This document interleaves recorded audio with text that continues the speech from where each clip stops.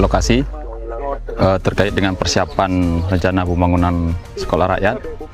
Kita sudah lihat tadi aktivitas di lapangan sedang buat jalan, kemudian juga untuk rencana penimbunan. Nah, secara lahan administrasi sudah selesai semuanya. Lahan kita sudah bersertifikat, semuanya sudah beres, tinggal timbunan.